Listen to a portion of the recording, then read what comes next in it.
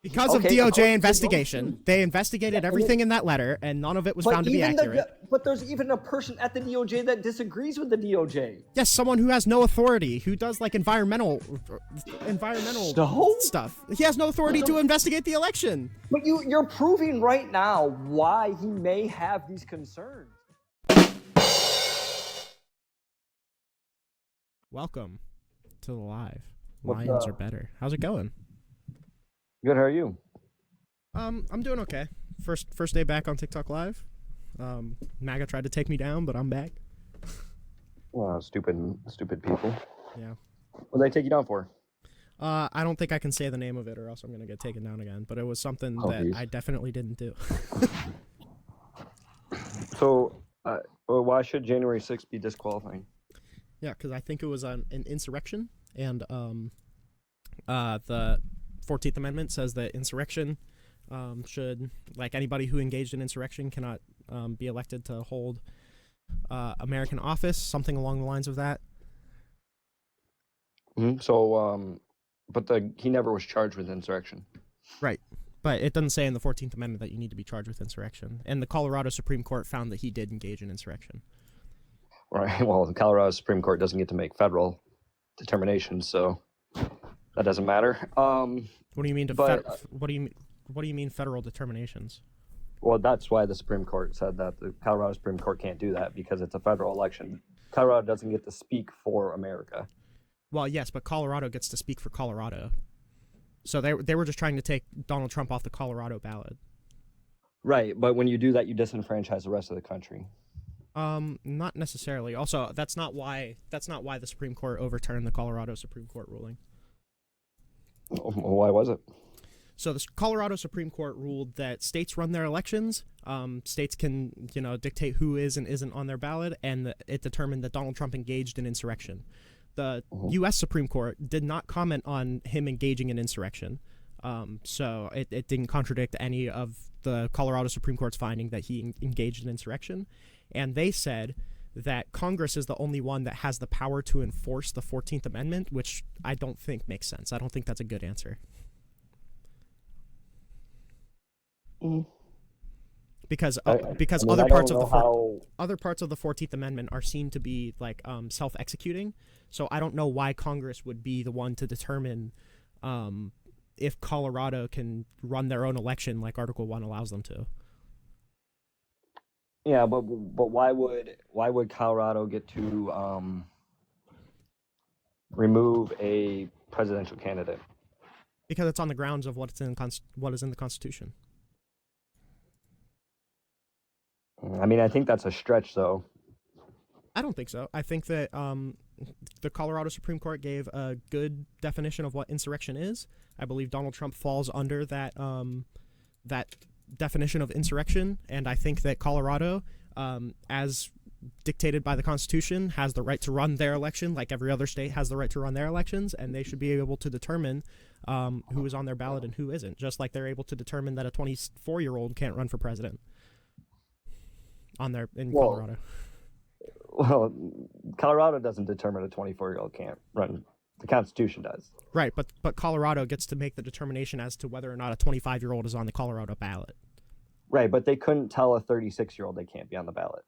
Right, but they could tell a 79-year-old who engaged in insurrection that they can't be on their ballot because he engaged in insurrection. That's what the Colorado Supreme Court said. So and what specific conduct? I understand your point. What specific conduct do you disagree with? Conduct by Donald Trump? Yeah, on January 6th. There's a lot of it. I think the least of which that he engaged in really dangerous rhetoric to an already fired up crowd. The most of which that he tried to break the Electoral Count Act and try and get the vice president to instate him as the president again. So he petitioned his government to do something. That is insurrection? Well, if you like hyper broaden everything to petitioning your government to do something, I suppose that's not insurrection. But what I'm saying is that he was petitioning the vice president to break federal law in order to dismiss electors and choose his fraudulently assembled electors. Yeah, I can petition my government to break the law. That's not insurrection. That's not even a crime. It is a crime to petition your vice president to break federal law when counting electors. I mean, I could call my representative up right now and tell them to break any law. I have committed zero crime. Well, what he got hit with was a conspiracy to disrupt a government proceeding, and his campaign absolutely did have a conspiracy to disrupt a federal proceeding. They were because they were trying to pressure the vice president to disqualify certain state-certified electors in favor of Donald Trump's fraudulently assembled electors. Donald Trump was trying to pressure the DOJ to send fraudulent letters to state legislatures so they would recall their electors, and they were spreading falsehoods about the election. I mean, none of this is a crime. That is absolutely a crime. It's part of conspiracy. It is not. It's a conspiracy charge. It is. What's the conspiracy? The conspiracy is to disrupt an official proceeding. No, that was not. So anytime that is absolutely I want what the he was government, charged with. I don't care what he was charged with. I mean, he's never even going to be convicted of it. It's all thrown out. Why he's not? Yeah, because Jack Smith wasn't properly appointed. No, that's the documents case. The reason that he's not going to be tried for January 6th... If it's true for the documents case, it's true for every other case. Well, there was an appeal pending for Cannon dismissing that. Well, there isn't one now. Yeah, there isn't one now, but the reason that Donald Trump isn't going to be hit with those charges is because the DOJ has policy to not prosecute sitting presidents. It's not because he didn't do it. Well, are they going to bring it back up in 4 years then? Maybe. I highly doubt it. It's possible. I highly doubt it. Do you think it's good that Donald Trump was trying to throw out the certified results of the election? I personally don't think we have enough information or investigation was done into that election. Even though there were like recounts in every state and every you every recount bad ballots. Every investigator said there was no evidence of bad ballots, and the DHS and the DOJ said there was no evidence of the bad ballots. And yeah, I mean, I want to see them open up one of these machines, go through it thoroughly. They did. The whole nine. They did. Well, where's that in court papers? Well, the reason that it's not in court papers is I have because to there was take no their word. wrongdoing I don't want to alleged. take their word. I want to see it. There was no wrongdoing alleged. What? And there's absolutely incentive for Republicans to find wrongdoing in the 2020 election, right?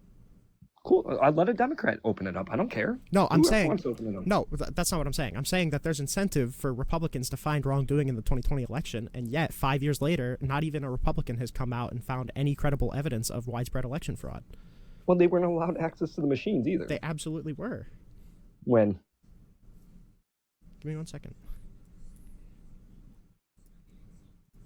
Let's just look up Dominion voting machine audit.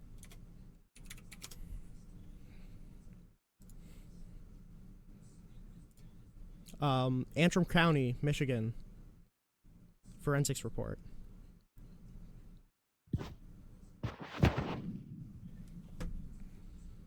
Oh, that was the ASOG report. Okay. Setting the record straight, which, by the way, the ASOG report was why that was discredited. So don't go with that example because it was discredited. Wait, hold on. Let's recap this. Just a small recap. Mm-hmm. You just said they did open them up, and then you go and try to find. Well, no, the ASOG report. That So they did, and then the one you find that disproves you said, "Oh, it's just." Well, no. To be clear, I'm not saying I mean, that come it's not on. discredited because it disproved me. I read off a headline which was incorrect of me. I apologize, but it's because ASOG didn't actually investigate the machines either. So I was just wrong on the facts of the matter. Okay. You can look at. So the Michigan Secretary of State confirmed that results reporting issue. I don't want to hear it from somebody. I want to see the evidence. You want to see the? I don't think that evidence wanna is publicly. see the I don't think that evidence is publicly available. Yeah, it's a little weird, isn't it? No, A little weird. no, because Why? that would compromise. If you let everybody know how the voting machines work, then it's going to leave those voting machines open to attacks. Well, why don't we just stop using machines? Because we haven't found anything wrong with the machines. Well, it's because we don't look. They have looked. No, we haven't. I literally just read off to you that the Michigan Secretary of State confirmed that results reporting issue was due to an error in the machine, and that was fixed now. Yeah, and sources, trust me, bro. The source is the Michigan Secretary of State. Yeah, who is just another person saying, trust me, bro. Yeah, because the Michigan investigators investigate and report to the Secretary of State. Yeah, cool, and state investigators never get anything wrong, ever. They don't have any incentive to lie, ever. Who has more incentive? Okay, help me. Who would have? What are they more incentivized to do?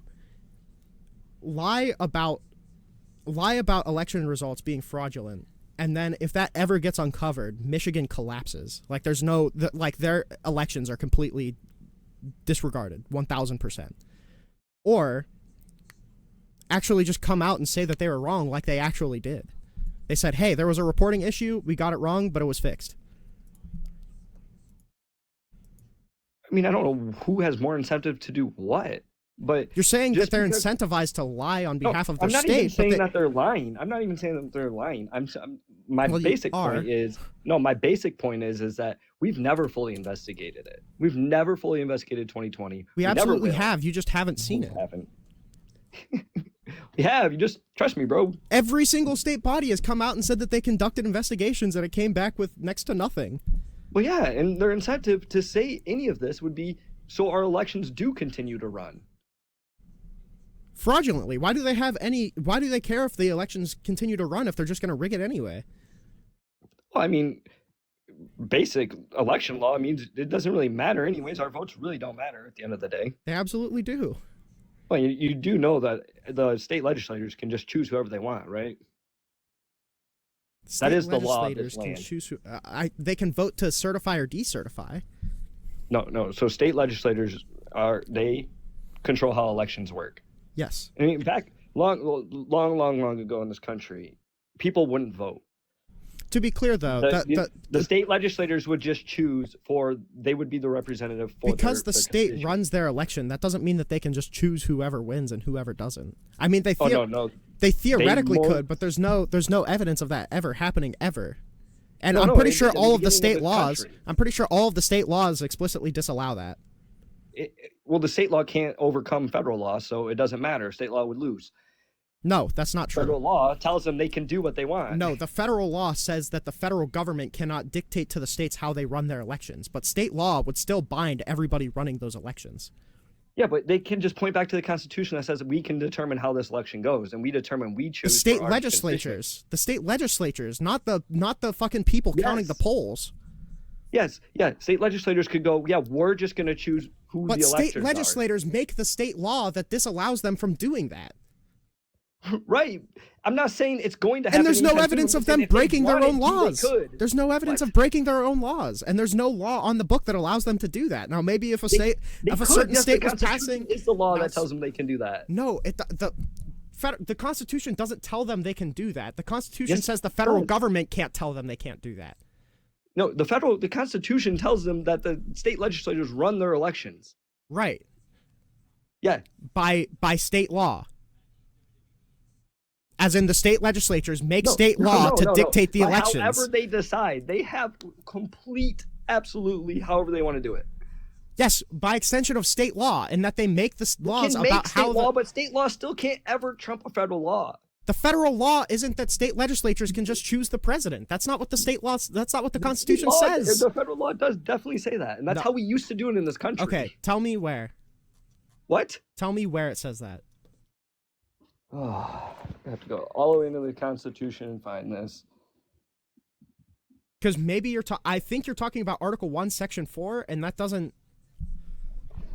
The times, place, and manner of holding elections for senators and representatives shall be prescribed in each state by the legislature thereof. But Congress may at any time, by law, make alterations or make or alter such regulations, except as to the places choosing senators. Yeah, and this has been interpreted to be they have wide latitude to do whatever they want. Okay. I mean, in this country, when we first started, I don't care about the presidents. Let's just go through what this says. So the times, places, and manner of holding elections for senators and representatives shall be prescribed in each state by the legislation thereof. By the legislature thereof, right? Yes, the legislatures of the states. So do you think that means that the state representatives can just choose who the president is, or yes, manner? Or do you think manner. Yes, manner that's what as the word in manner means.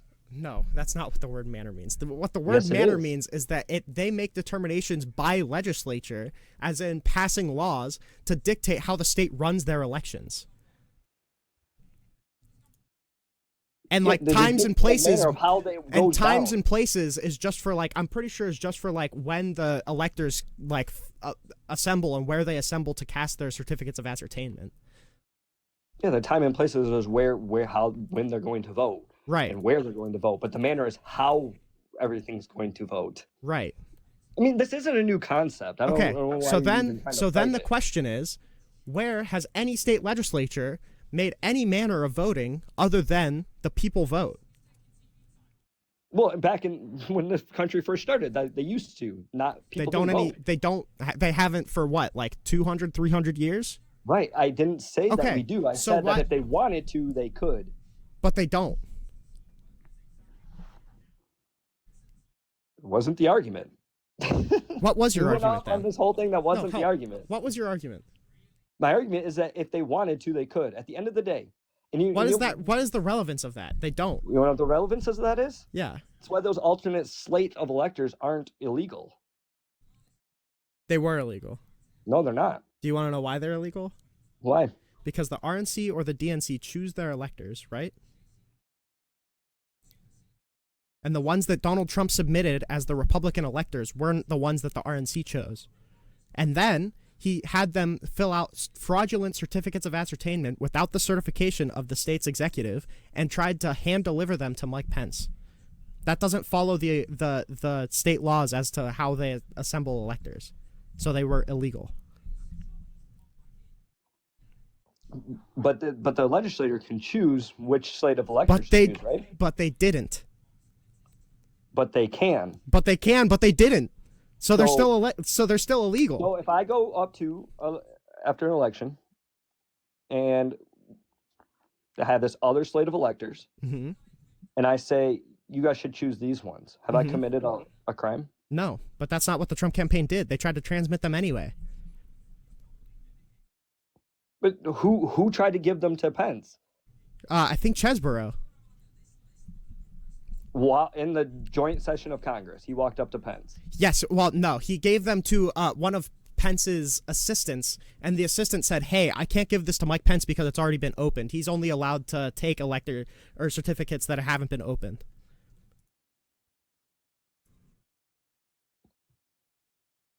Getting closer. That's exactly what happened. Oh, I didn't say that's not what happened. I don't know. Yeah. We have like text messages of Kenneth Chesborough flipping out on the guy who sent it up to D.C. because he was like, "Why did you open it?"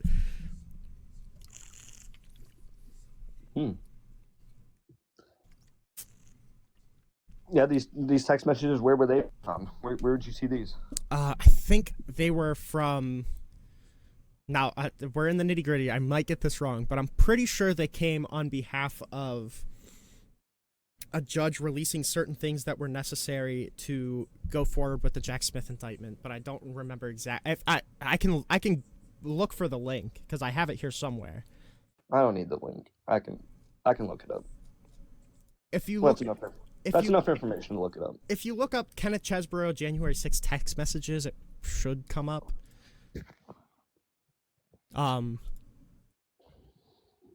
But regardless, the thing that makes these electors illegal is that they were done without the certification of the state's executive, and they were trying to hand deliver them to Mike Pence instead of transmitting them through the authorized processes, but as dictated by each state.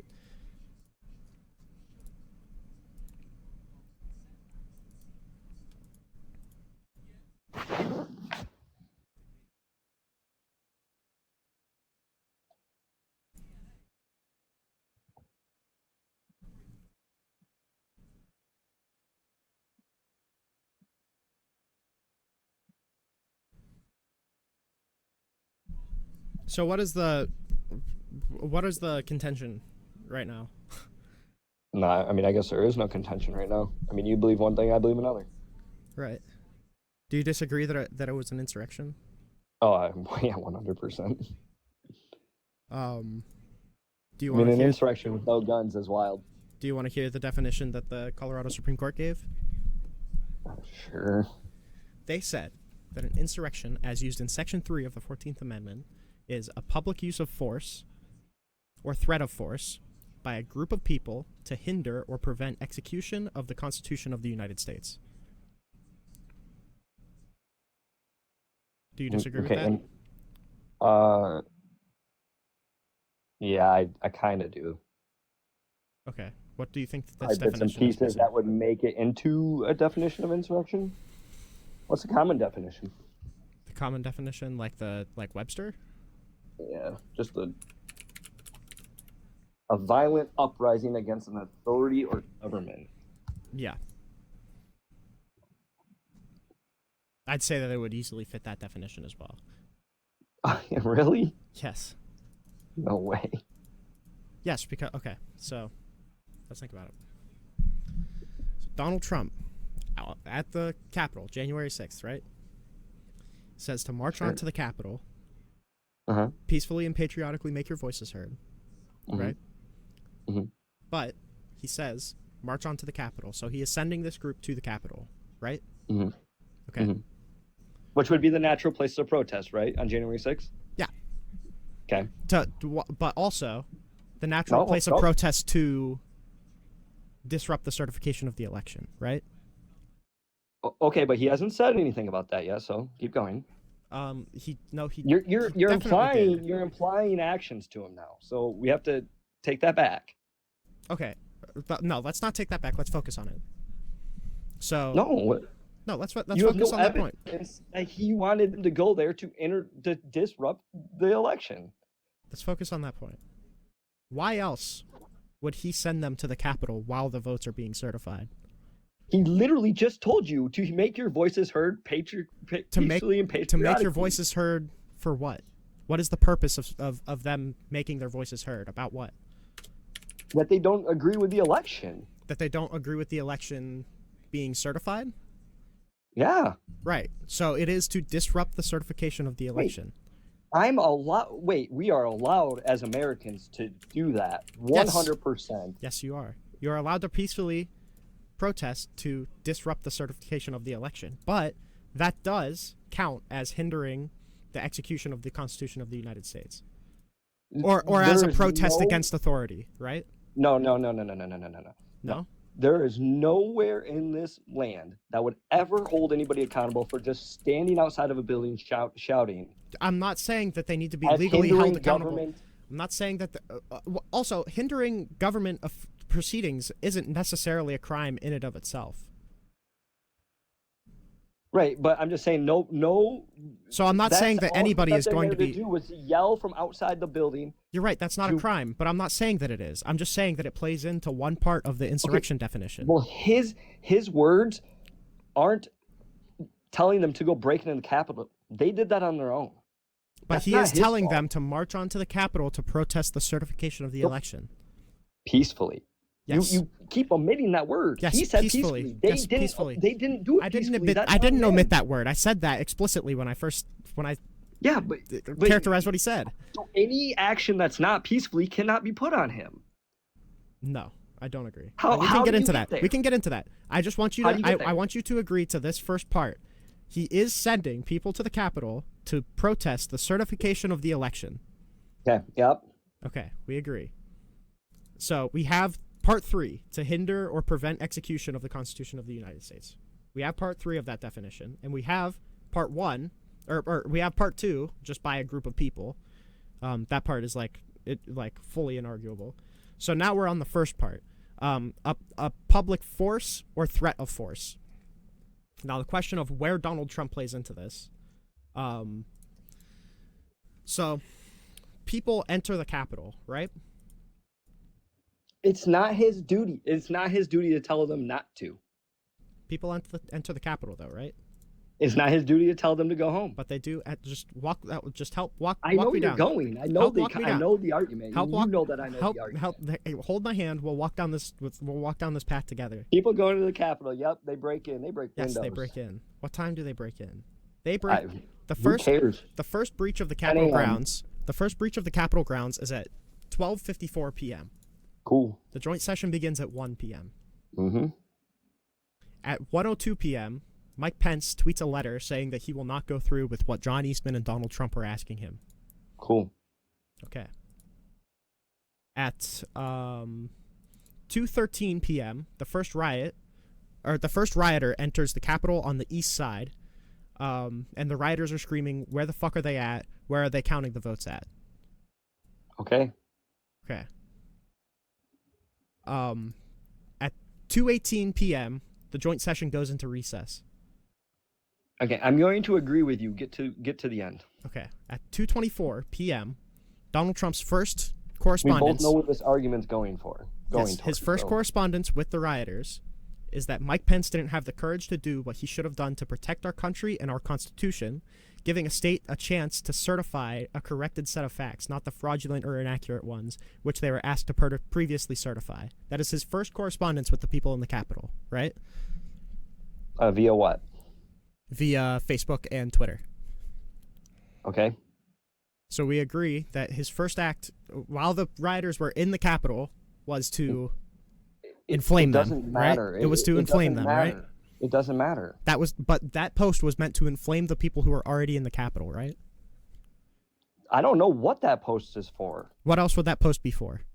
That he's upset with Mike Pence? Yeah, that he's upset with Mike Pence. That's what that post is for. Yeah, and he's saying he's tweeting it out to who?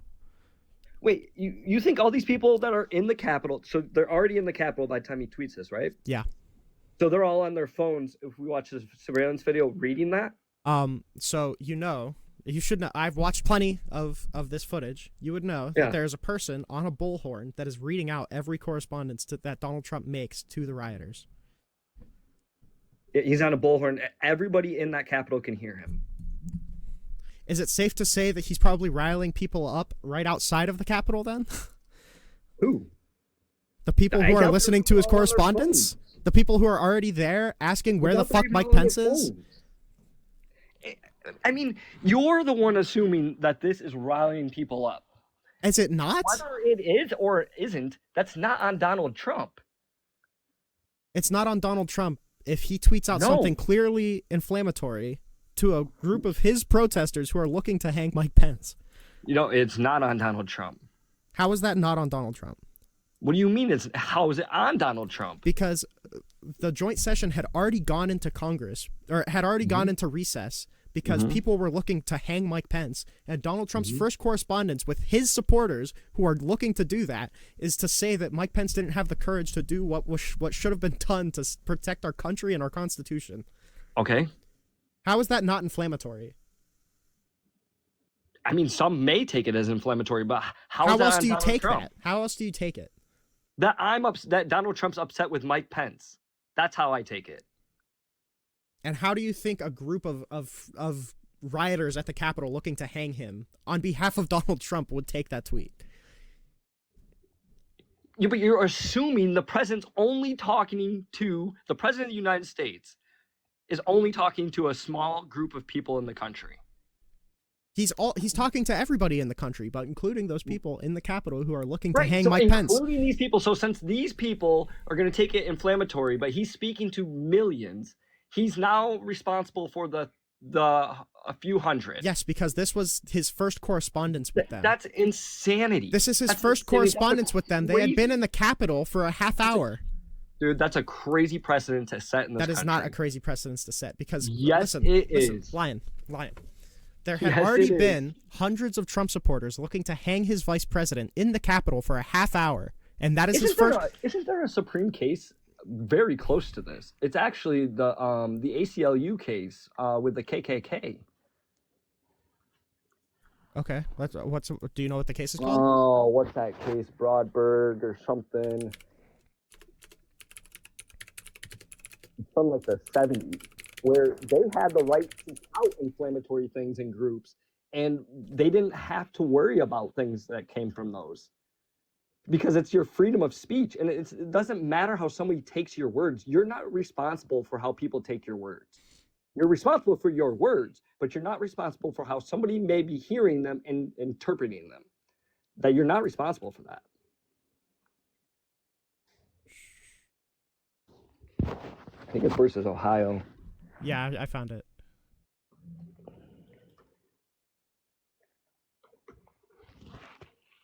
Bradenburg. That's what it is. Directed at citing or producing imminent lawless action and is likely to incite or produce such action. So my yeah, but idea, it has to be specific. It doesn't. Specific. It doesn't have to be specific. It has I'm pretty sure the case law that follows this has made it clear that it has to be specific. It literally says, quote, likely to incite or produce such action. Likely to incite, but which means it gives really, really strict scrutiny when that gets applied. It is absolutely strict scrutiny, but obviously the Colorado Supreme Court felt fine with that level of standard, and that Donald Trump met it. And the U.S. Supreme Court didn't comment on whether or not he engaged. Because they didn't have to comment on it. They didn't have to get there. The United States Supreme Court doesn't answer questions they don't have to answer. Sure, but if the highest court that has answered that question says that he absolutely met that level, and I would say that his first correspondence to the people, his supporters, looking to hang his vice president, was that his vice president didn't do what was necessary to protect the Constitution, I would say that that's likely to produce lawless action. Because they were already engaging in lawless action, and he made no comments to calm them down, and his first correspondence with them is that Mike Pence actually did not do what he needed to do to protect our country. So he says this guy didn't do what he should have done. That's likely to incite people to when your supporters are already in the Capitol breaking through protected grounds to hang him. Yes. I don't think any rational court would ever uphold that. Well, the Colorado Supreme Court did, and the Colorado District Court did. Right. So you're saying you're saying no reasonable court would uphold this, but two courts already did, and the court that overruled that made no comment towards it. Yeah, because they didn't have to make a comment towards it. I'm sure if it went up, so you're saying no reasonable. I'm sure court, if it went up on that issue, I guarantee. You're saying no reasonable court. You're saying no reasonable court could have found him guilty of insurrection on the grounds that he directed the mob, but two reasonable courts already did. Well, I don't consider them reasonable courts. Well, then that's you, but I mean, like, the law is on my side in that case. Well, it's actually not, because it absolutely is, because the Colorado Supreme Court did rule with me, and the reason that it didn't disqualify him was because they didn't agree that the states had the right to run their elections the way that they wanted to. But hasn't there been courts that have disagreed with this? Disagreed with what? That he committed insurrection. Because it got challenged in many, many states, and a lot of them didn't even let themselves take him off the ballot. Didn't even have to go to the Supreme Court. Can you point me to a case where they found him exonerated of? I mean, I don't. That's why I said didn't they? I don't. I'm not. I don't. It's not my belief that they did. I may be wrong, but I do not believe that they did. They might have found it on a different ground. I probably did. Would be my guess, but because I'm sure a lot of courts were very hesitant to even rule on that issue. Sure, but I don't think any found that he did not engage in insurrection. Yeah, I'm sure a lot of them didn't even approach that question. But the courts that did approach that question did find that he engaged in insurrection. Did Maine? I don't know. Did Maine? Well, wasn't Maine one of the ones that went up with Colorado? I maybe, but I don't know if they made a comment as to whether or not he engaged in insurrection. I don't know either. Well, I just wondered. That's why I was asking you. Yeah, I don't know. Was the one with Colorado? I think there were three states. I think it was Colorado. It was Maine, Colorado, and Arizona. No. I think you're right. I think it was three states, but I'm not sure who the third one was. 9 judges said he did, while none said the opposite, is what somebody in chat said. 9 judges. What's that mean? I don't know. I don't know either.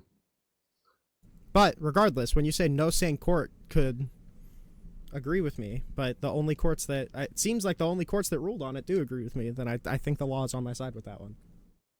I mean, it might be today, but I think if it went to the Supreme Court, it wouldn't be on your side. Well, it never did, so. I know. I'm totally speculating. And I would also say that the reason that the Supreme Court gave to allow him to stay on the ballot, like, completely shits in the face of the 14th Amendment. Because there's no reason to believe that Congress would be responsible for. Huh? Was it Trump v. Colorado?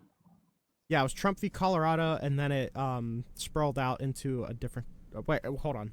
It was. I got it. I got the Supreme Court one right here. Give me 1 second. Yeah, it was Anderson v. Griswold, and then that turned into Trump v. Anderson whenever Donald Trump challenged the results that am I in the right one? That Congress gave.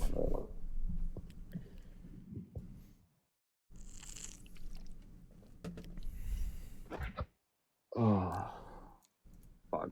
I did read this at a time. It was so long. I mean, I can tell you, so the general reason that the Supreme Court disagreed with what Colorado ruled was because I think it's Section 5 of the 14th Amendment. Where it says Congress shall have the power to enforce by appropriate legislation the provisions of this article. But why would Congress be the only people to interpret it that as to say that Congress is the only person that is, or the only body that's responsible for enforcing the provisions of an amendment makes it question, like, why would you even have an amendment if Congress is the only one that's meant to enforce it? And there's a perfectly reasonable, like, explanation as to why that article is there. We can make amendments for all sorts of reasons, and who's going to. I mean, if the 14th Amendment, which I think I'm reading here, there's actually an act that Congress passed afterwards that they are the only ones that can enforce it. What is the name of that act? Hold on. If it's the Enforcement Act, then it's not what you're. Okay, let's see. 18 U.S.C. 2383. Let's see what that says, because they point to that. I'm going to say USC, what was the last four? I don't remember what the last four were. 2383. 2383. Law that makes it illegal to incite, assist, or take part of rebellion. Yeah, but you gotta read the whole fucking...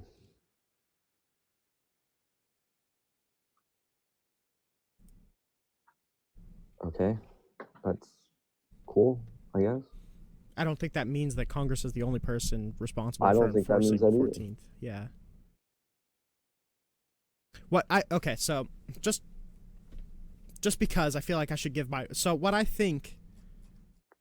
I would believe that that Section 5 of the 14th Amendment means is, because the 14th Amendment was the one that said that all people born in the United States are United States citizens. So my guess would be that if any state was trying to encroach on the provisions in the 14th Amendment and say, like, actually, we don't view black people as citizens, so we are fine to discriminate against them, Congress has the ability to override their legislation with congressional legislation because it's in violation of the 14th Amendment. I don't think that means that the 14th Amendment isn't self-enforceable, because that's not how we understand the Constitution. Like, I'm pretty sure the Constitution is what's the word?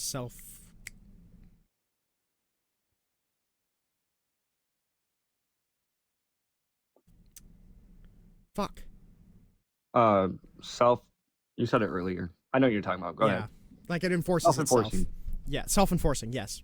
God, why couldn't I think of that? It doesn't seem like we view any other part of the Constitution as non-self-enforcing, so the fact that we would view this only amendment as only Congress has the right to enforce this amendment, like, what would be the point of passing the amendment then? Why not just pass a piece of legislation? Well, I mean, it comes back to why did we pass? I mean, that's what... Well, the reason that we passed it is to... I believe the reason that we passed it is to keep certain states from discriminating against black people and allow Congress to override state legislation that would violate the 14th Amendment. But I mean, theoretically, you could say, okay, well then Congress could hold have. on, hold on. Why would we even need that though? Was federal supremacy not a thing then? I don't Because know. federal supremacy has been around for a long time, and that would always be in place. I would suppose, but then the question is like, why would they? Why else would they put that fourth? Why else would they put Section 5 there?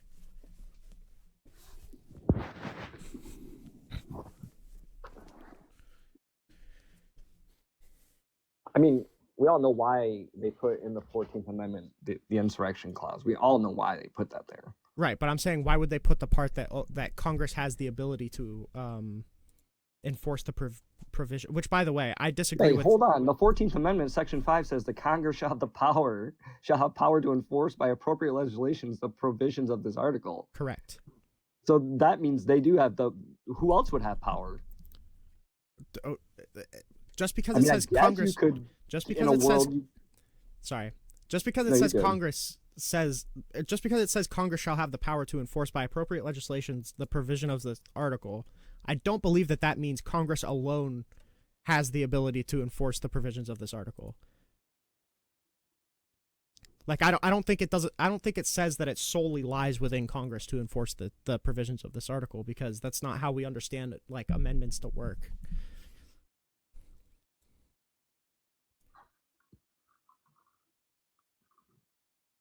And if it did mean that, then I'd imagine that it would mean that it would infringe on Article 1, where it says, like we were arguing about earlier, that states have the right to run their elections in the manner that they intend.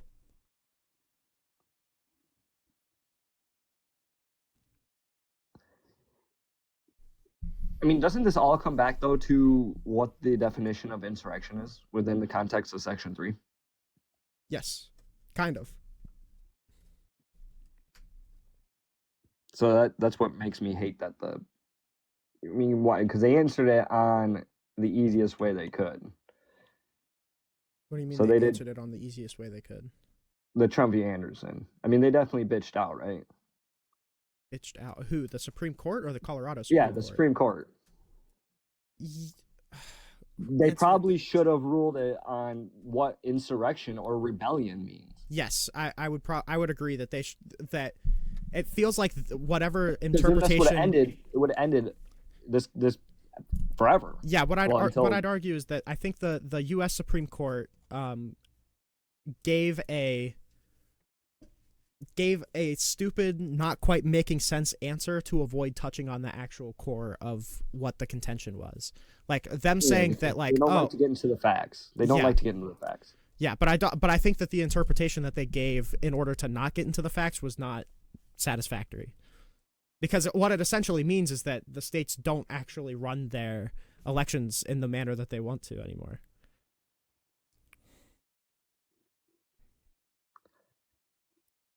I can see that argument, but I can also say that this section, I mean, it's just a poorly wrote thing. This section as in the 14th Amendment, or as in... the Section 3 of the 14th Amendment. I mean, because at the end it says, but Congress may, by a vote of 2/3 of each house, remove such disability. Sure, yeah. And I think they have done that before, but they didn't hold a vote on whether or not to remove the disability of Donald Trump being an insurrectionist. That was never a vote. Right, unless you count the impeachment probe, which again, though, I mean, how does one get labeled an insurrectionist? I mean, I guess that this is why it all comes back to this. So there's certain people there's a lawyer dude who said that it has to be adjudicated by the state. But I feel like if that was a requirement by the 14th Amendment, it would have said that it was a requirement by the 14th Amendment. Beyond a reasonable doubt, clear and convincing, preponderance of the evidence. I mean, what standard does he have due process? Does he get to call witnesses? Does he get to be represented? I mean, there's questions. There's questions, but I like none of it's laid out in the. I mean, and also, if that was the ruling that the Supreme Court gave, is that like, hey, listen, you need to be convicted of insurrection in order to be held to the standard of the 14th Amendment, that would be at least a better ruling, I think. But nowhere in the Constitution, nor in precedents, I don't think it says that he needs to be criminally convicted of insurrection in order to be held accountable to the 14th Amendment. Yeah. Well, I mean, Because I'm pretty but sure those the would be other guy. questions you'd have to get to. You'd have to get to those questions. You're right, but the Supreme Court didn't. Yeah, I know. I'm just saying. But I think they settled it the way they did though because they know now that this will never come back up. Sadly, yeah. Well, I mean, to the end, you don't really want it to come back up. Well, I want the states to be able to run their elections in the manner that they determine is appropriate, and I wish that they had the ability to disqualify insurrectionists from holding office or from being on their ballot, and I wish that we had a more official way to do that. But right now it feels like no one's even going to touch that because of the 14th Amendment, by extension of the Supreme Court ruling, feels kind of useless. Yeah, I mean, I agree with you. I think the 14th Amendment is rendered useless, especially that section. Aside from the first section, where like all people born in the United States are citizens of the United States. But even that... we have other amendments that are useless too, right? Sure, but I'd say this one's a pretty big one. Like, I would say keeping insurrectionists... You don't think, like, the 9th or 10th Amendment is pretty big? That gets wholly ignored? The 9th or 10th Amendment, I need to remember. Yeah, the 10th Amendment, I think, is the one that says basically anything that's not given to the government is given to the people. That would be a lot deeper of a question that I don't feel equipped to give an answer on. Yeah, and that all other powers not forbidden to the states by the Constitution are reserved to each state or to the people. I mean, we ignore this amendment in its whole. I'd have to look. I mean, you won't find many cases on it. Like it's literally that ignored. It's just something that I don't feel comfortable making a statement on it because I don't know any of the background of it. Look, man, I'm never going to be the one to hold you to every word you say. I understand we're humans and we say shit and we don't always know. Sure, yeah. Happens. It's conversation. But I would say that even if not legal, let's even take legally disqualifying out. I would say that Donald Trump's actions around January 6th are like morally disqualifying, and that I would never feel comfortable with putting him into a position of power. Yeah, and that's your right to not vote for him. Right, but I don't feel comfortable with him being in power, is what I'm saying. Yeah, I think that's where the Supreme Court had a big issue, is that you want to be able to take my power away. Yes, but on the grounds of what is constitutional. I want to vote for Donald Trump. You want to be able to take that away. Yeah, so there would have to be due process here. It would have to be beyond reasonable doubt. It'd have to be the highest form of due process. Because you are now taking away. I can see an argument, but there's millions of people's rights. Well, also, I think there could be an argument against doing beyond a reasonable doubt in the sense that, like, we don't want to risk putting someone who is an insurrectionist in office. So, like, if we had, like, the preponderance of evidence that he's more likely than not an insurrectionist. No, but see, our system isn't set up for security over freedom. Our system's set up for freedom over security. Freedom comes with a consequence. That is true, and we are seeing that consequence right now. Well, I mean, yeah, and you think it's a consequence. I think it's a benefit. See, that's where America's great, right? Kind of. But I think the problem is that I think Donald Trump, is a direct threat to what I think is so great about America. What do you think he's going to do? What I think he's going to do, or what do I think he wants to do? What do you think he's going to do? Well, what he's going to do, I have almost no idea because he doesn't make any firm commitments, and he was wholly ineffective in his first term. So what he's going to do, I have no idea. To speculate. I mean, I want you to speculate. I'm not in a position to where I can speculate. I can't read his mind. I know what I'm afraid of Donald Trump wanting to do, but I don't I have no idea. All right, let me hear those ones then. Let me hear the fears. Okay, I don't think Donald Trump has respect for democracy. Whereas that's a broad statement. that I think he's more concerned about having himself in power and doing whatever to democracy that he needs to do in order to get himself in power, rather than accepting the results of being voted out of office. So you don't think that he's going to leave office at the end of his term? At the end of this term, I don't know, because I think he's really fucking old, so I don't know what he would do. But, I mean, we already know that he wasn't super keen to leave office in 2020 because he tried to get the results overturned illegally. Yeah, and then as soon as all the legal options that he explored went down, did he not leave office? No, he went to illegal options. And then after the illegal options also failed, then he left office. Yeah, okay, you think they're illegal. I don't think they're illegal, so... Well, I mean, I can explain exactly why I think it's illegal. You already did. We already went down that road. But okay. But I talked about the conspiracy charge and why Donald Trump is culpable for this. But I mean, like, even John East. Do you know who John Eastman is? Yeah, it's his lawyer, right? Yeah. Even in the memo that Eastman gave to the Trump campaign, like the part responsible for overturning the election, it literally says that it's going to diverge from the Electoral Count Act, which means like a violation.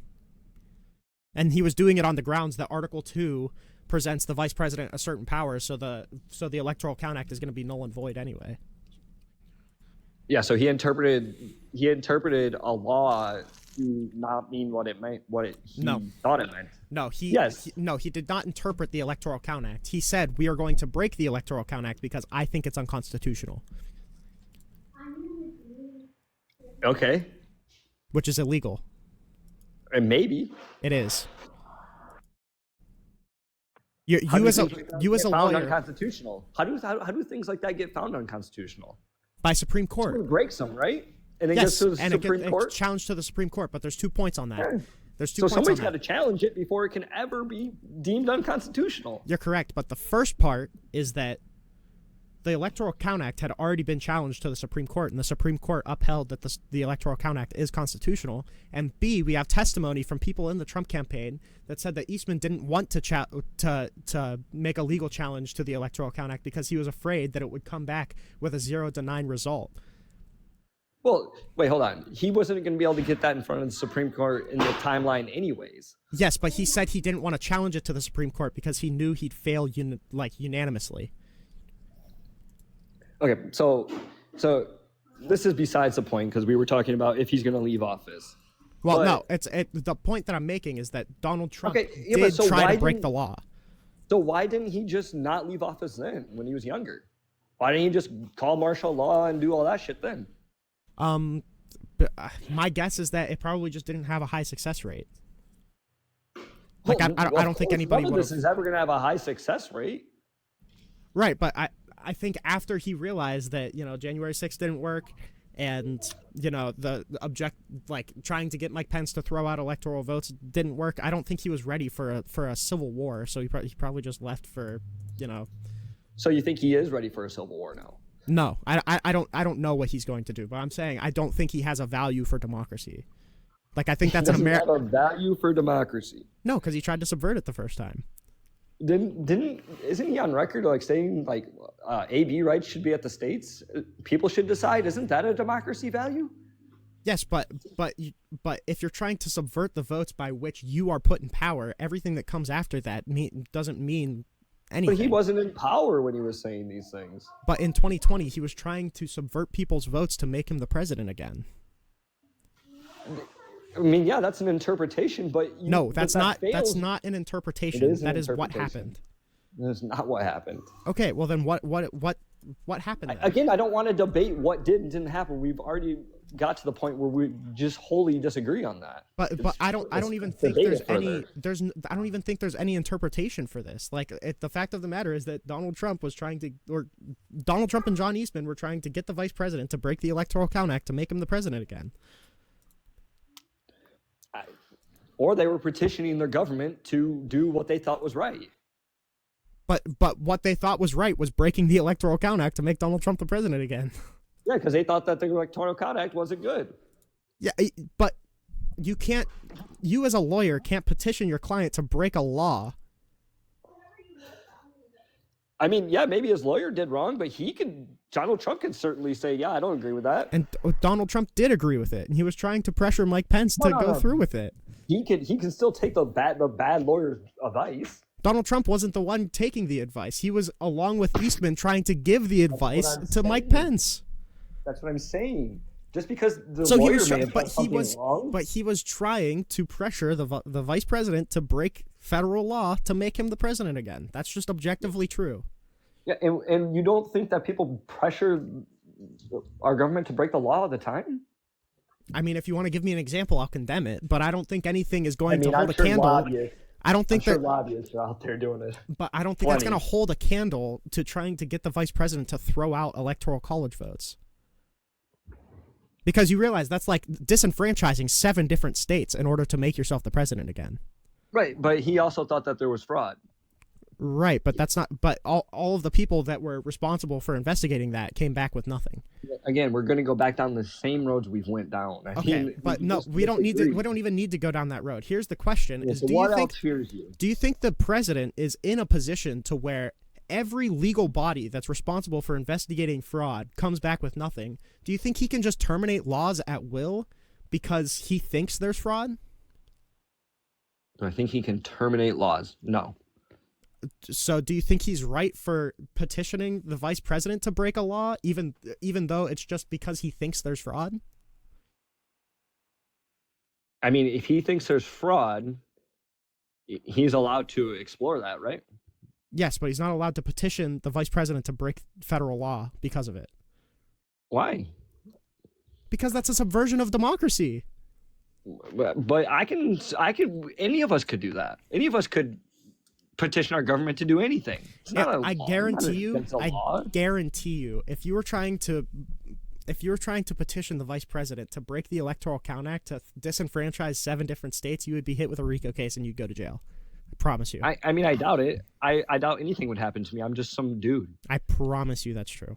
If I'm just the only one doing that, nobody's going to come for me ever. But don't you think it's weird that you're holding the literal president of the United States to the same standard as just some random dude? Like, don't you think that trying to pressure the vice president to disenfranchise 7 states is probably not presidential behavior? No, I don't think that he has any less rights than I do. No. He is the executive branch. Right. At that moment in time, he is the only person of the executive branch. But he was absolutely trying to break law passed by Congress. Yeah, but he's also trying to investigate election at the same time, right? No. Why is he not? How is he not? Because Mike Pence throwing out electors isn't going to investigate the election. It's going to give Donald Trump the election. Well, he thinks that's a remedy for the fraud. The fraud that no one found.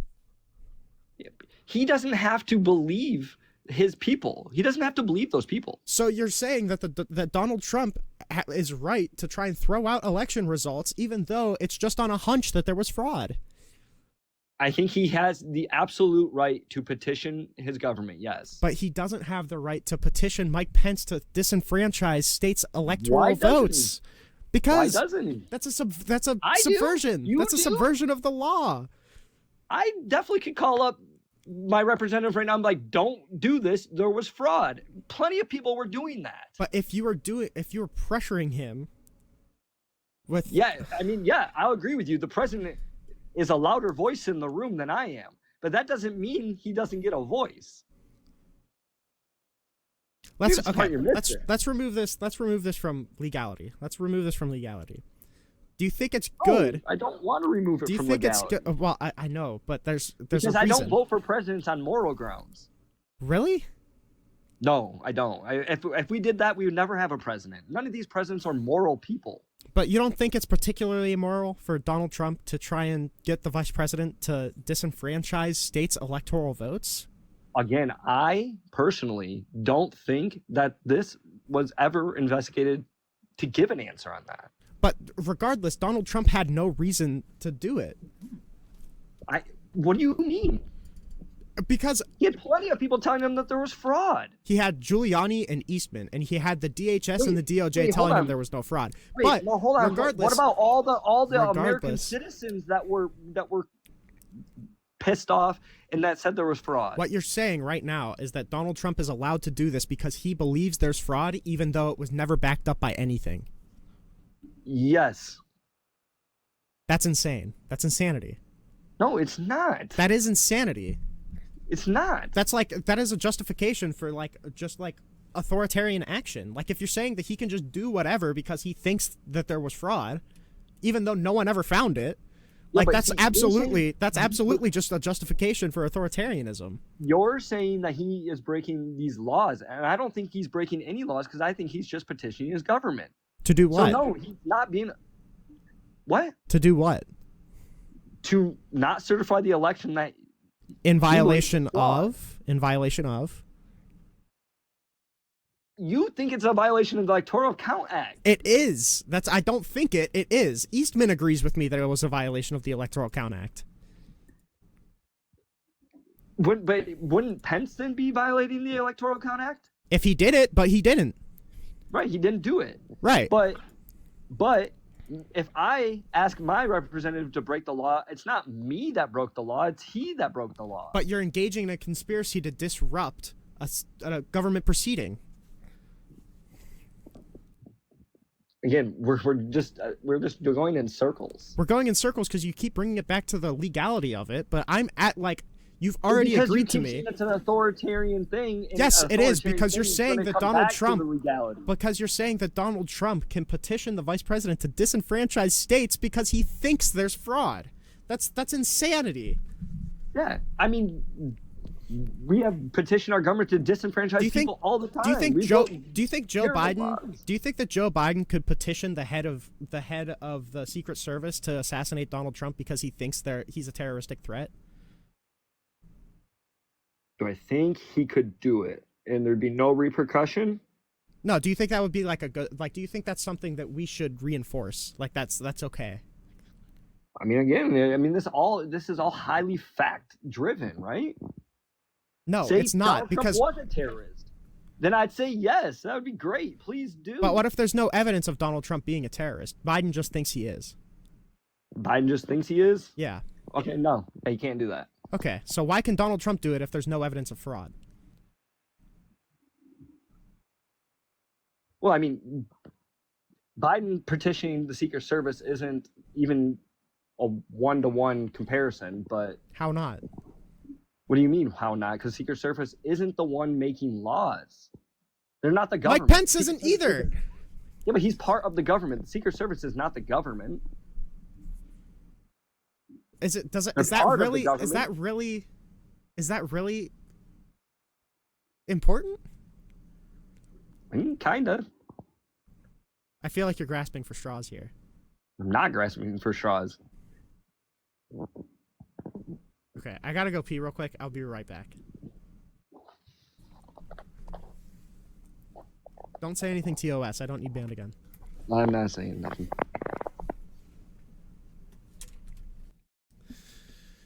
Okay. So what other fears you got? All right. I'm gonna walk you through another thing. I need you to walk with me though. It depends. Do you know who Jeffrey Rosen is? Oh, I've heard. Not enough, probably. But or Richard Donahue. So, these names.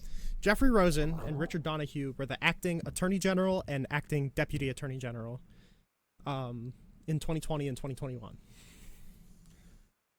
What Donald Trump did is he went to Jeffrey when was Rosen, the Attorney General? Acting Attorney General and acting Deputy Attorney General Jeffrey Rosen and wasn't Richard Bill Donahue. Barr the Attorney General? No, Barr stepped down. When was this? 2020. What? Yeah, well, like after the election? After the election. Okay. I can give you the specific date if you need me to, but I don't. No, you're good. So, what Donald Trump does, he goes to Jeffrey Rosen. He says, "Hey, listen. There's this letter that was written by this guy named Jeffrey Clark. He's within the DOJ. He's an environmental lawyer. And I think it's really compelling, and he claims that there was massive impropriety and fraud in the Georgia election. And I need you to send this to Georgia state legislature so they can recall their electors." Jeffrey Rosen says, well, the DOJ has investigated these claims and we've found no evidence. And you weren't even supposed to be talking to Jeffrey Clark because the president, there's DOJ policy saying that the president's only supposed to be communicating with the attorney general and the deputy attorney general. So we can't send this letter. Hold on. Yeah. Can we agree that internal DOJ policy does not apply to the president? Yes, but it was applied to the president, but it's not legally binding. No. So Jeffrey Clark would be in trouble for Yes. communicating with the president, but the Correct. president doesn't. This has no bearing on Trump.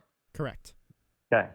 Yes, it has no legal authority over Trump. It's just like general like. Well, I mean, it has no legal authority. It's just a policy, anyways. But go ahead. Correct, but it's like a general thing It's a that rule. is established. Yeah. Gotcha. So Rosen says, no, I can't send you this letter because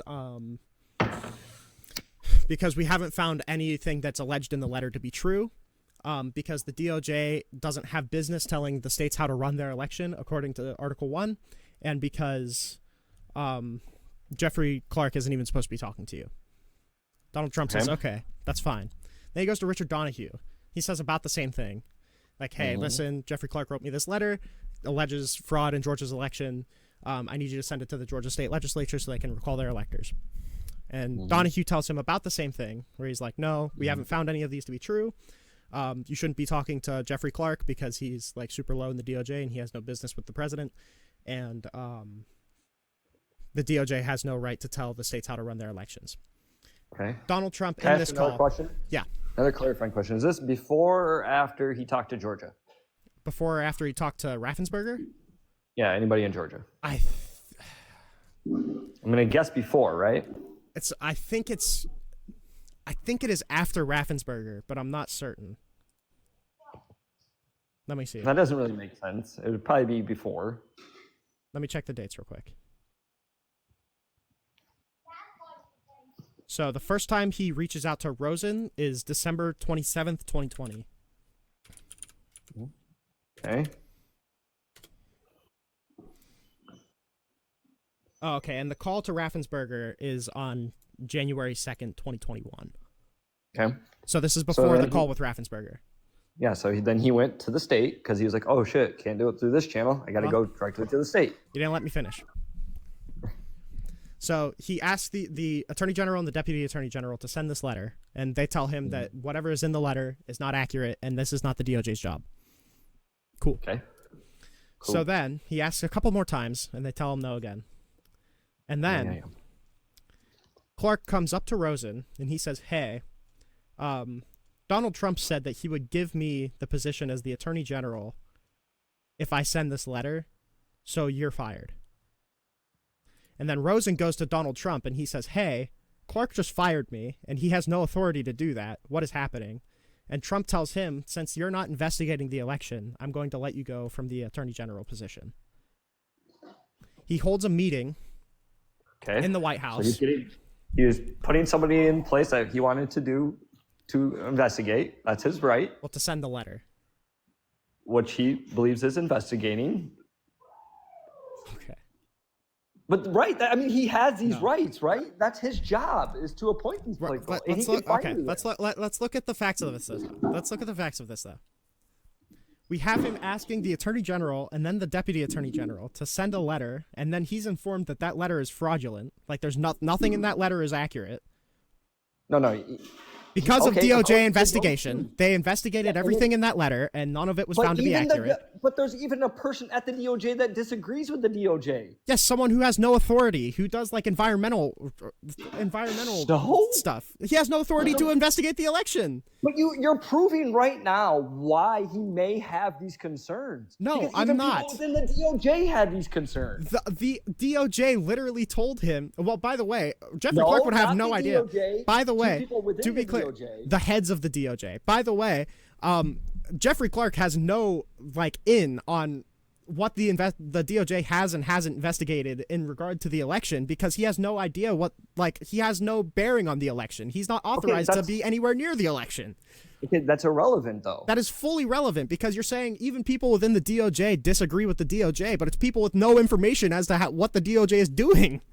Okay, yeah, they may not agree or disagree based off DOJ stuff, but they may disagree or agree based off what they're hearing, what they're seeing. There was lots of people reporting lots of different things. But the DOJ investigated every claim in the letter and said that they found nothing, or they found the opposite. And they told Donald Trump that, and then Donald Trump tried to fire the attorney general and replace him with somebody who knows nothing about it, so he could send a fraudulent letter to the state legislatures. So no. Okay, let me finish the story real quick. Let me finish the story real quick. We can argue about the details. Let me finish the story, because the White House meeting's pretty crazy. So Donald Trump holds a meeting in the White House in order to replace the Attorney General Jeffrey Rosen with low-level lawyer Jeffrey Clark. Donahue, Clark, and White House staff, including Eric Hirschman, were present at this meeting. This happens on January 4th. Hirschman describes via testimony how he walked Clark down what his first action as Attorney General would be, and he said that it would be to violate federal law to illegally search and seize Dominion voting machines. So Jeffrey Clark clearly knows nothing about elections and is completely incompetent. Donald Trump tried to replace a competent attorney general with somebody who is completely incompetent just so he would send a letter lying to state legislatures. The only reason that Rosen was not fired is because half of the DOJ threatened to quit because Clark was so incompetent. So how can this even remotely be defensible? Well, I mean, first off, I'm taking one man's word for this, right? You're taking four men's word for it. Well, who testified to this meeting? One guy? Eric Hirschman, Jeffrey Rosen, Richard Donahue. I'm pretty sure Jeffrey Clark. And Jeffrey Clark verified all of this? He didn't. Or is this? He verified. Is this part of the January 6th commission? It is part of the January 6th commission, but I'm reading the transcriptions of the interviews. Well, did Liz Cheney get to him and talk to him without their lawyer too, or no? No. Okay. Just wanted to make sure. This is all like deposition footage before any of the congressional hearings. Well, yeah, I mean that's how most of it was done. The congressional hearings were showpieces.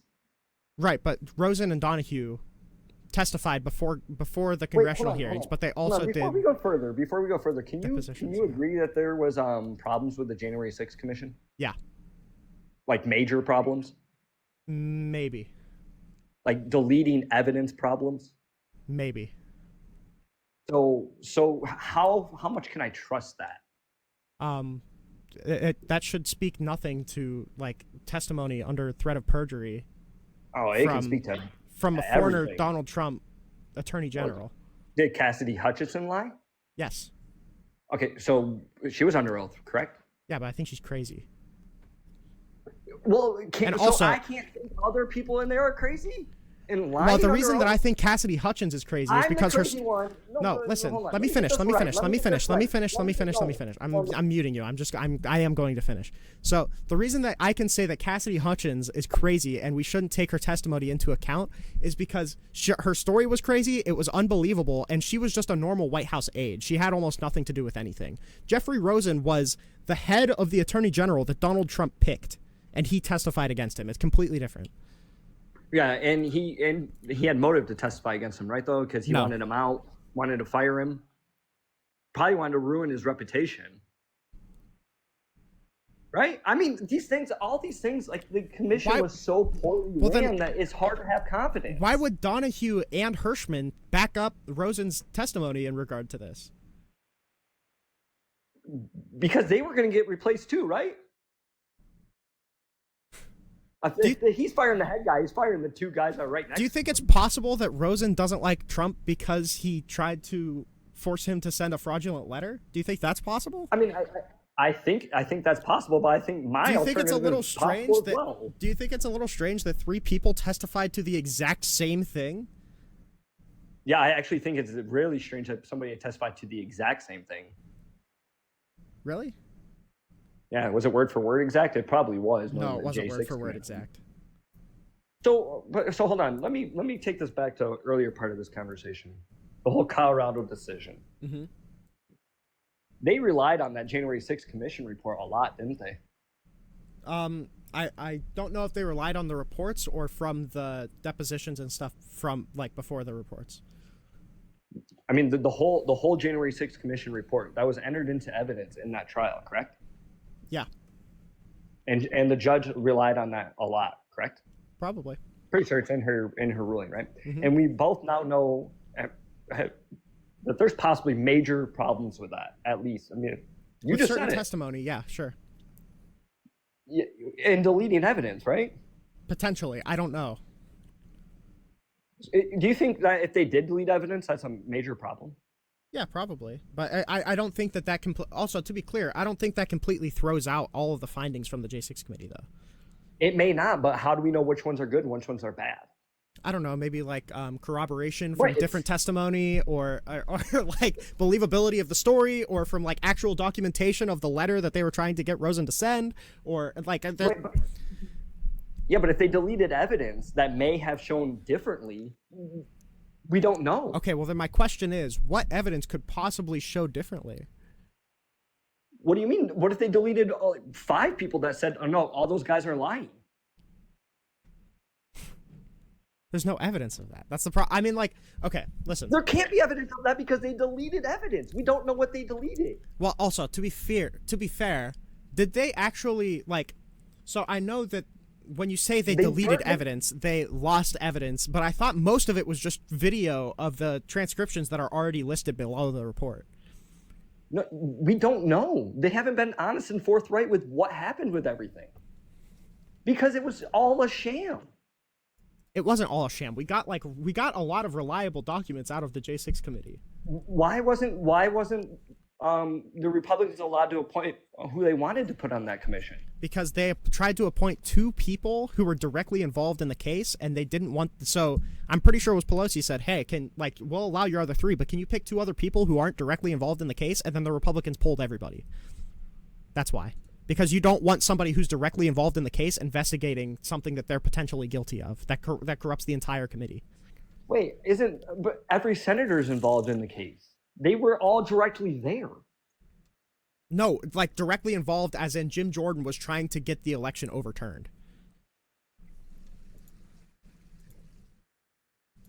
But I mean, we recognize that there's problems with this commission and this whole report and how it happened. Yes, but that doesn't mean you throw out everything that there's documented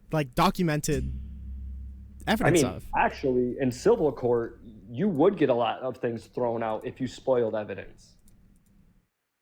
Because we don't know. We can never know what we don't know. And we don't know because they decided to take the action of not preserving everything. Don't you think if there was a person like who got their testimony deleted that was completely exonerating Donald Trump, they were probably going to be, I don't know, whistleblowing or like somebody would come out and say that they have evidence to the contrary of what's being reported in the J6 committee? Or don't you think they would testify to Jack Smith, who was also doing an investigation and released an indictment and got probable cause from a grand jury? Like, don't you think that any of that would have been brought up in any of those? Probably not at the grand jury, no, because Jack Smith wouldn't present anything other than his side to the grand jury. That's how grand juries work. Don't you think anybody who, if their testimony was being excluded from first the media, then a congressional committee, then the federal investigators don't even talk to them, don't you think they would come out and say like, hey, listen, I have exculpatory evidence for Donald Trump and no one's listening to me? Well, let's look and see what's happened to some of people that have sided with Trump. Not sided with Trump, like has exculpatory evidence. But like Eastman, he's been disbarred, right? Yes, and he should have been. He's been disbarred. Rudy Giuliani, I mean, he's lost everything. They didn't right? present any evidence, though. No, I'm just saying, look at these people that have sided with Trump and what's happened to them. You want to come out and because say they something? were breaking the law. You want to come out and say something? Do you want to know why? Do you want to know? We're acting like they're just like doing lawfare against everybody that sided with Donald Trump. Eastman got disbarred because he was advocating that his clients break the law. I'm not saying whether his was right or wrong, but wouldn't you look at that if you were on the other side? Like, oh, no, I ain't saying shit. No, because Eastman and Giuliani are clearly insane. Why? Because Eastman was trying to petition his clients to break the law. Rudy Giuliani admitted in civil court that he was lying about Ruby Freeman and Shane Moss. What incentive would they have to come out? What incentive would they have to come out? Are you seriously saying that there's no incentive for people to come out and defend Donald Trump right now? I mean, maybe now, but it's also water under the bridge at this point. January 6th doesn't matter. He was just facing trial for it. Yeah, but but in all that, they may have been talking to Trump's lawyers, and the lawyers might have been saying, "Shut up, don't talk until you testify." That's a very good strategy. Don't come out in the public. Don't let the government know what we have. Don't you think if that was the case, instead of like they would probably just actually want it to go to trial instead of saying that I have criminal immunity for actions that I took as president? No, absolutely not. That's not how trials work. You don't just go to trial because you know you're innocent. Even if you know you're innocent, you don't just go to trial. That's not how that works. Okay. So nobody does that. Just to be clear, we have like mountains of evidence that are proving like all of the people around Trump wrong and Donald Trump wrong. But for some reason, like we're saying that there might be evidence that that frees him, so we're just going to give him the benefit of the doubt on everything. I don't think that's good. Well, I mean, okay, cool. You don't think that's good, and you didn't vote for him. Cool. But why are we like so hyper charitable towards Donald Trump? I mean, we're hyper charitable to like a lot of people in this country. Not like Donald Trump. Bullshit. We literally had like most of the media cycle around Kamala Harris was over whether or not she's black. Is that really charitable? She put that in the full focus. She almost never talked about her race. She did a long time ago. Yes, she did. There's fucking clips of it. A long time ago. That wasn't that wasn't her putting it in the spotlight for the presidential campaign. Well, I mean, meanwhile, Donald Trump led an insurrection, and everyone is like, "Oh, well, classic Don. I don't like his rhetoric, but we're going to bring grocery prices down." And that was the most critical that you could ever get of Donald Trump. Yeah, I mean, yeah, everybody's like, he's a convicted felon. Woo! Like that mattered. Which he is. Cool. Until it's overturned on appeal, but that's a different story. It's not going to get overturned on appeal. But I mean, you don't think so? I don't. I mean, think his immunity claims is going to wipe out a lot of those charges. No, I don't think so. Yes, anything he did while he was president is going to get wiped out. That's not true. The Supreme Court made that very clear. No, what they made very clear is that there's official acts as president, and then there's unofficial acts that you could take as president. So it's not whatever you do as the president gets thrown out. I know. It's whatever you do on behalf of defending the presidential office. I understand that, but some of the evidence they used was him talking to his aides and stuff like that in that trial as well, and that's protected immunity. They can't use that as evidence. I don't know if that is protected immunity. Yes, it is. They literally specifically said it in the Trump case. They said, so if he's talking to the DOJ or his aides, that's a. But it's not just simply talking to them. It's not simply talking to them. I'm pretty sure that was because that was about the Jeffrey Rosen stuff, by the way. What they were saying is that he was commanding the DOJ. Or I'm pretty sure. No, sorry. I'm being too charitable. I'm pretty sure that the Supreme Court said that the protected action that Donald Trump was doing in the Rosen stuff was firing his attorney general, and so you couldn't admit that into court, not talking to him. No, it was talking as well, having discussions with his people. I mean, he has to do that to be president. Do you think that was a good ruling? Oh yeah, for sure, 100%. Do you realize how many people in this country have immunity? That doesn't matter. Being prosecuted? But so why wouldn't the president have immunity? Because we just elected someone who is a criminal, who will never go to trial. From official actions, why would he not have immunity? Literally the Jeffrey Rosen, Richard Donahue thing is the exact example why you wouldn't have immunity, because that is bulletproof evidence of him lying, trying to get the attorney general and the deputy attorney general to lie to state legislatures about election fraud claims that were proven false to him. That would go so far in proving a conspiracy, but you can't even admit that into court anymore. Hold on. Is it illegal for the president to lie to the United States of America? It's participating in a conspiracy. We've already had this argument. But that goes a long way to prove a conspiracy. So is George Bush a criminal because he lied about weapons of mass destruction? Potentially. Okay. Hmm. Like, if you want Yeah, to if you want to open an see it. investigation into George Bush about whether or not he like conducted Yeah. lawfare the wrong or warfare the wrong way, then that's fine. Open an investigation. We could literally open an investigation to almost every president. Do it. You think that's good for the country? It's better than just having a president who can break laws willy-nilly. I mean, they all break laws. Yes, but Donald Trump was breaking laws to make himself the president again, and now it's not even admissible into court. I mean, literally, Obama fucking killed an I don't care American about Obama. citizen. I need you to defend that.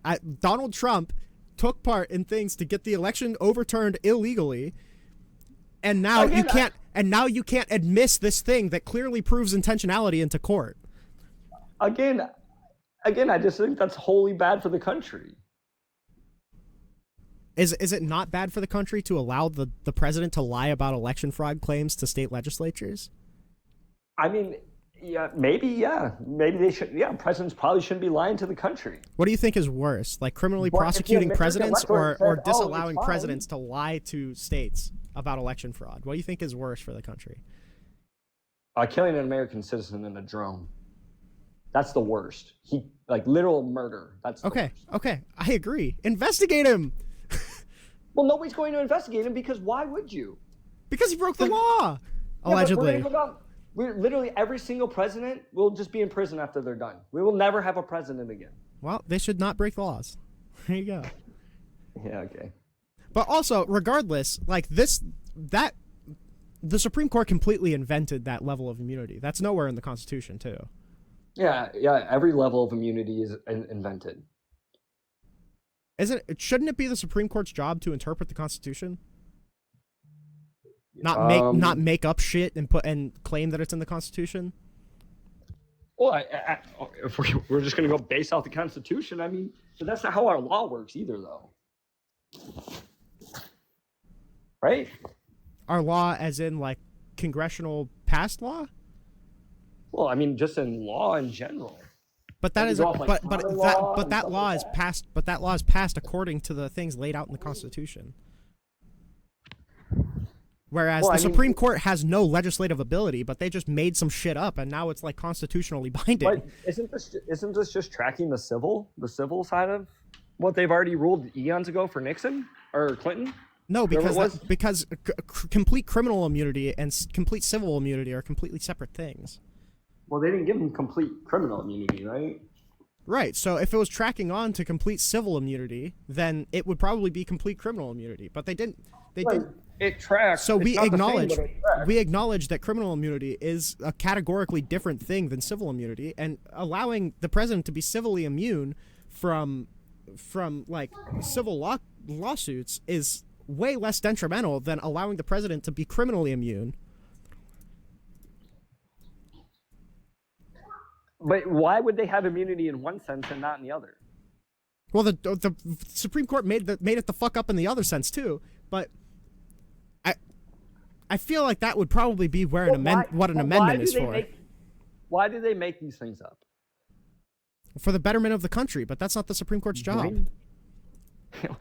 Well, it probably isn't, but our Congress has sucked forever, right?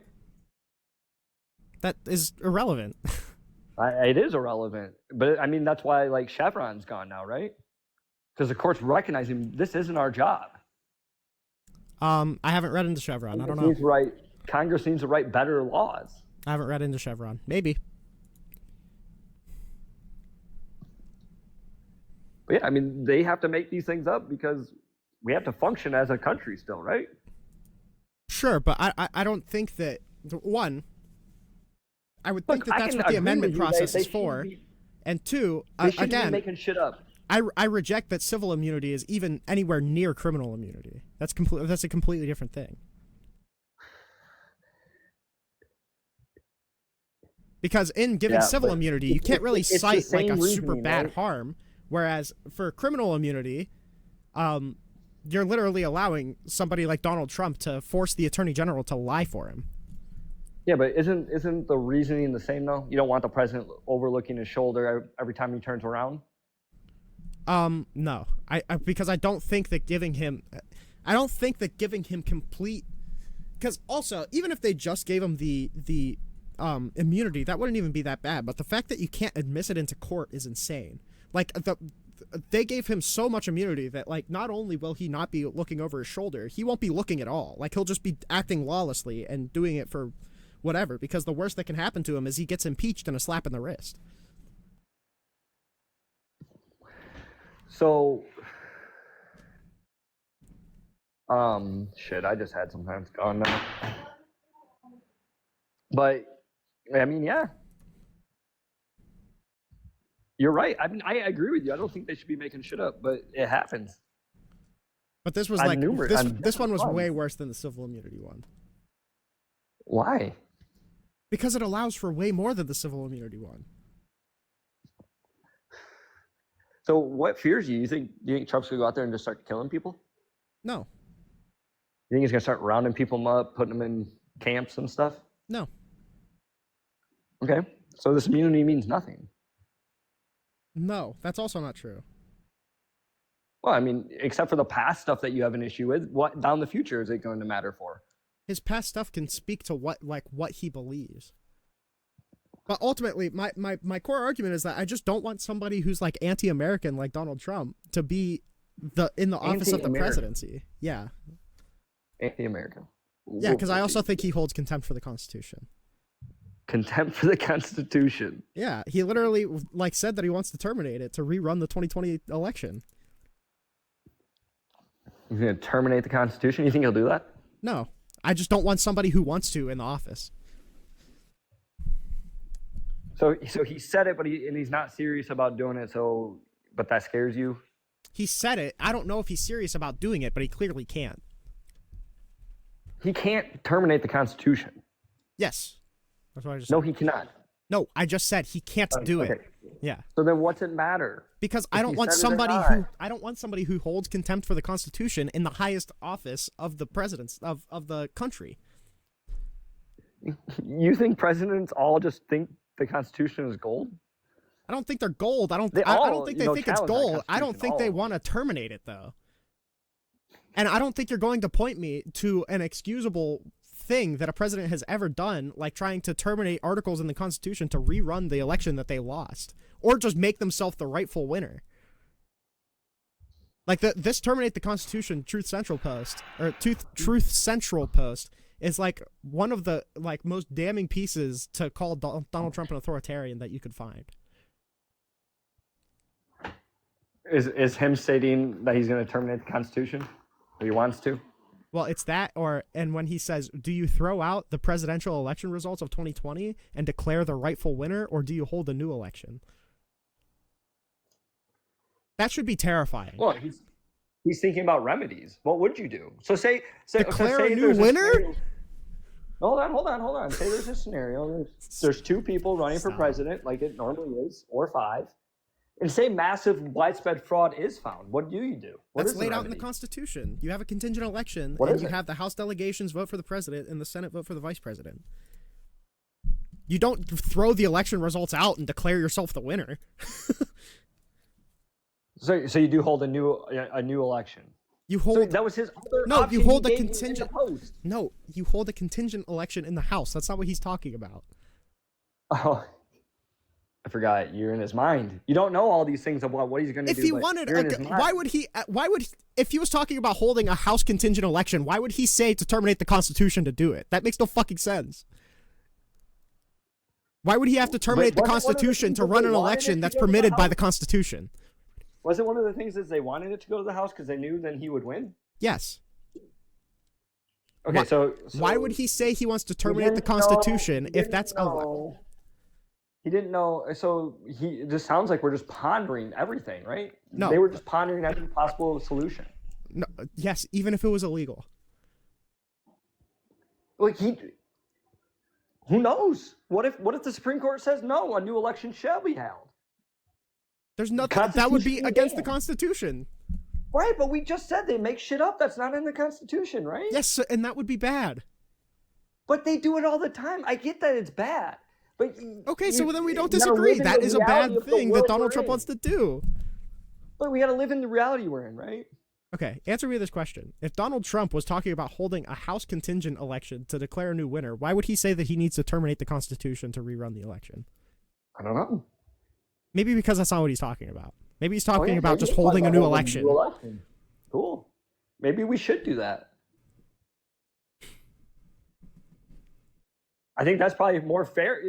I mean, you're a Democrat, right?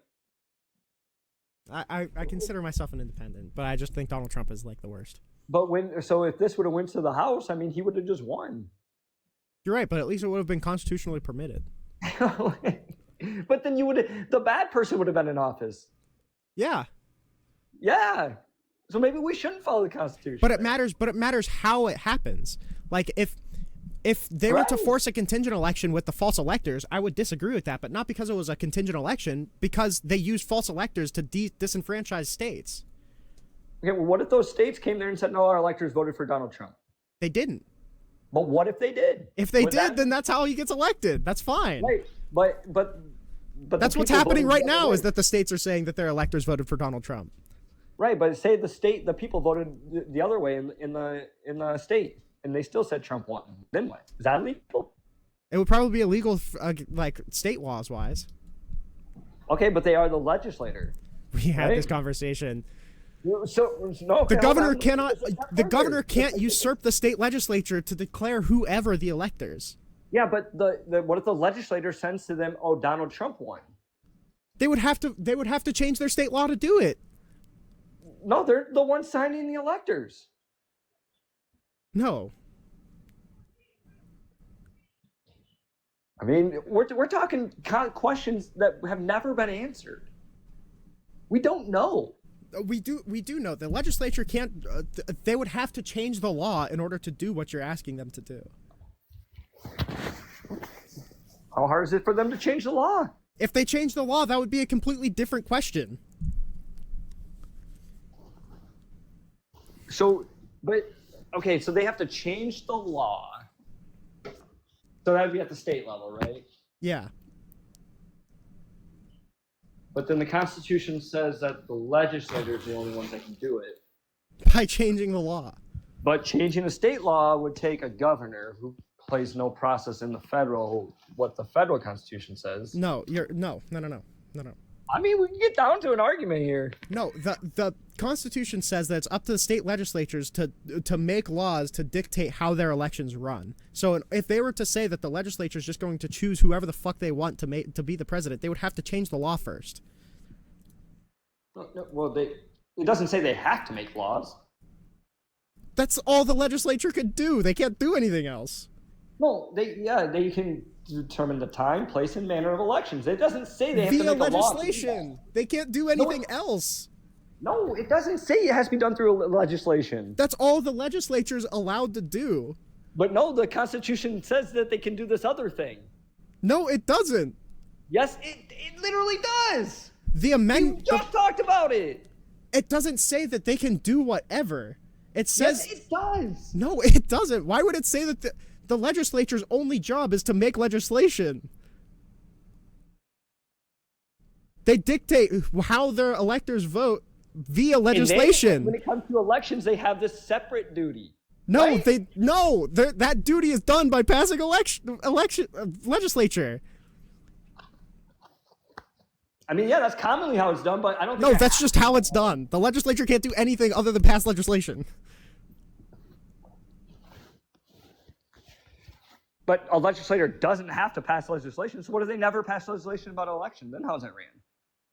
It doesn't run, but that's a violation of the Constitution. No, it's not. It doesn't say must be passed through legislation. It does not say that.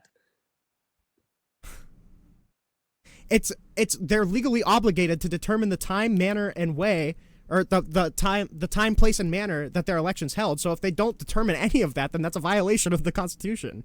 Yeah, but that doesn't mean it has to be a law. You can just say, "Hey, we're going to have an election next That's Tuesday the only at thing 5 they o'clock. do. That's the only thing they do. Here, single file line. That's how it's going to be done. That's the only thing that the legislature ever does. Yeah, but it doesn't have to be a law to do that. They can just say it. Say it how?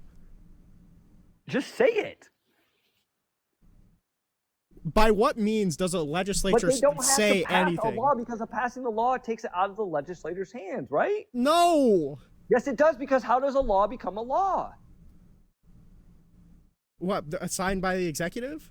Yes, and the Constitution says it's not the executive to do Whenever it. you say something is up to the legislature, what does that mean?